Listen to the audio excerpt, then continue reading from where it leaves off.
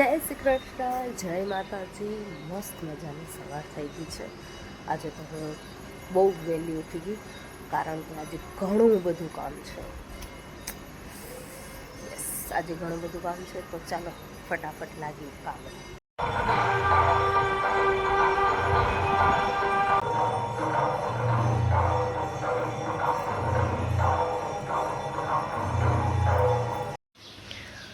જો ફ્રેન્ડ્સ, આપણને હે ને આંબાનો રસ બનાવવાનો છે.